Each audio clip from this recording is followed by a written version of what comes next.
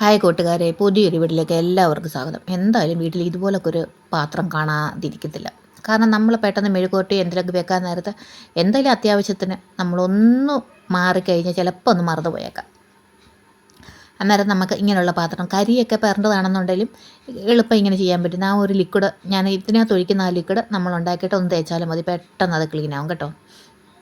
അല്ലെന്നുണ്ടെങ്കിൽ അങ്ങനെയുള്ള പാത്രങ്ങൾ ഈ ഒരു ലിക്വിഡ് ഉണ്ടാക്കിയിട്ട് അതിനകത്തോട്ട് ഇറക്കി വെച്ചിട്ട് ഒന്ന് തിളപ്പിച്ചാൽ മതി. അന്നേരം എങ്ങനെയാണെന്ന് കടുത്ത അന്നേരം ഞാൻ അതിനകത്ത് കുറച്ച് എത്രത്തോളം കരിയായിട്ടാണ് അത്രയും ഭാഗത്തേക്ക് അടിക്ക് പിടിച്ച ഭാഗം ഉണ്ടല്ലോ അത്രത്തോളം വെള്ളം ഒഴിച്ചിട്ടുണ്ട്. പിന്നെ ഞാൻ എക്സോയുടെ സോപ്പാണ്, സോപ്പിനകത്ത് കുറച്ച് വെള്ളം കൂടെ കലക്കി. നമുക്ക് സോപ്പ് പൊടിയാണ് എനിക്ക് അതിനെക്കാട്ടിലും അല്ലെന്നുണ്ടെങ്കിൽ നമുക്ക് കോൾഗേറ്റ് ഉണ്ടല്ലോ, കോൾഗേറ്റ് ഇട്ടാലും മതി. ഞാനിപ്പം എക്സോയുടെ കുറച്ച് എക്സോ സോപ്പിനകത്ത് കുറച്ച് വെള്ളം ഒഴിച്ചിട്ട് അതിനകത്ത് ഇട്ടിട്ട് കുറച്ച് സോഡാപ്പൊടി, നമുക്കത് കുറച്ച് സോഡാപ്പൊടിയും കൂടെ ഇട്ട് കൊടുക്കാം. എന്നിട്ട് നന്നായിട്ടൊന്ന് തിളക്കിട്ട് കുറച്ച് നേരം ഒന്ന് തിളപ്പിക്കാം നമുക്ക്. പിന്നെ ഒന്ന് ഇളക്കിയും കൊടുക്കണം. ഇളക്കി കൊടുക്കുമ്പോൾ ആ ഒരു ചൂടും കൊണ്ട് ആ ഒരു അടിക്ക് പിടിച്ച ഭാഗങ്ങളൊക്കെ ഉണ്ടല്ലോ, ആ ഒരു സാധനങ്ങളൊക്കെ നന്നായിട്ടത് വിട്ടുവരും. പിന്നെ നമ്മളൊന്ന് ജസ്റ്റ് ഒന്ന് തേക്കുവട ചെയ്ത് കഴിഞ്ഞാൽ പെട്ടെന്ന് ചടപടയും നമുക്ക് ക്ലീൻ ആവും. അത് അന്നേരം നന്നായിട്ട് തിളയ്ക്കാറായിട്ടുണ്ട്. തിളച്ച് നമ്മൾ ഇടയ്ക്കിടയ്ക്ക് ഒന്ന് ആ സ്പൂണും കൊണ്ട് സൈഡിലൊക്കെ ആയിരിക്കുന്നുണ്ടോ, ഒന്ന് ആ സ്പൂൺ കൊണ്ട് ഒന്ന് ഇതാക്കി കൊടുക്കുക. പെട്ടെന്ന് ഇളകി വരും കേട്ടോ. അല്ലെന്നുണ്ടെങ്കിൽ നമ്മുടെ കൈപ്പോയൊക്കെ വേദന എടുക്കത്തില്ല. നമ്മൾ തേച്ച് വെച്ച് സമയവും പോകും, ഒരുപാട് അതങ്ങനെ പോറൽ വീഴുന്ന പോലൊക്കെ ആകും. അന്നേരം ആ ഒരു പ്രശ്നങ്ങളൊന്നുമില്ലാതെ നമുക്ക് ഇങ്ങനെ ചെയ്ത് കഴിഞ്ഞാൽ പെട്ടെന്ന് ഈസി ആയിട്ട് ടപ്പ് പെട്ടെന്ന് ക്ലീൻ ആകും.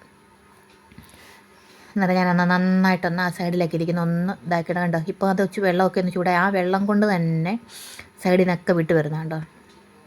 അന്നേരം ഇങ്ങനൊന്ന് ചെയ്താൽ മതി, ഈസിയാണ്.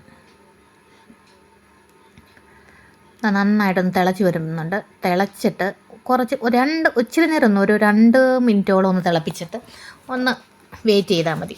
ഓഫാക്കിയിട്ട് കുറച്ചൊന്ന് ചൂടാർത്ത രീതി വെച്ചിട്ട് പിന്നെ നമ്മൾ തേച്ചാൽ മതി കേട്ടോ. പെട്ടെന്ന് ക്ലീൻ ആകും. അന്നേരം നന്നായിട്ടിത് തിളച്ച് വന്നിട്ടുണ്ട്. ഇത്തിരി നേരം ഒന്ന് തിളക്കട്ടെ. കുറച്ച് നേരം കൂടെ വെയിറ്റ് ചെയ്യാം. ഇതൊക്കെ എളുപ്പം നമുക്ക് ചെയ്യാൻ പറ്റുന്നതാണ് കേട്ടോ. ഞാനിങ്ങനെയാണ് മിക്കവാറും മെഴുക്കോട്ടയൊക്കെ ആകുമ്പോൾ ഞാൻ ഒരുപാട് എണ്ണ ചേർക്കത്തില്ല. എണ്ണ ചേർക്കാതിരിക്കും എന്താ ഇങ്ങനെയൊക്കെ സംഭവിച്ചു പോകും. പിന്നെ ഇതാ ഇങ്ങനെ ചെയ്യും, പെട്ടെന്ന് ക്ലീൻ ആകും. നന്നായിട്ട് തിളച്ച് വന്നിട്ട് നമുക്കിനി അത് തീ അങ്ങ് ഓഫാക്കാം കേട്ടോ. കുറച്ച് നേരം ഒന്ന് ഇരിക്കുമ്പോഴത്തേക്ക് പിന്നെ നമ്മൾ ജസ്റ്റ് ഒന്ന് തേച്ച് കഴിഞ്ഞാൽ പെട്ടെന്ന് ക്ലീൻ ആകും. ഞാൻ ആ സ്പൂണോട് നന്നായിട്ടൊന്ന് ഇളക്കി കൊടുക്കുന്നുണ്ട്. തീയൊക്കെ ഓഫാക്കി ഇത്തിരി നേരം അവിടെ ഇരിക്കട്ടെ. ഒരു പകുതി ചൂടാ മാറുന്നത് വരെ അവിടെ നിന്ന് ഇരിക്കട്ടെ.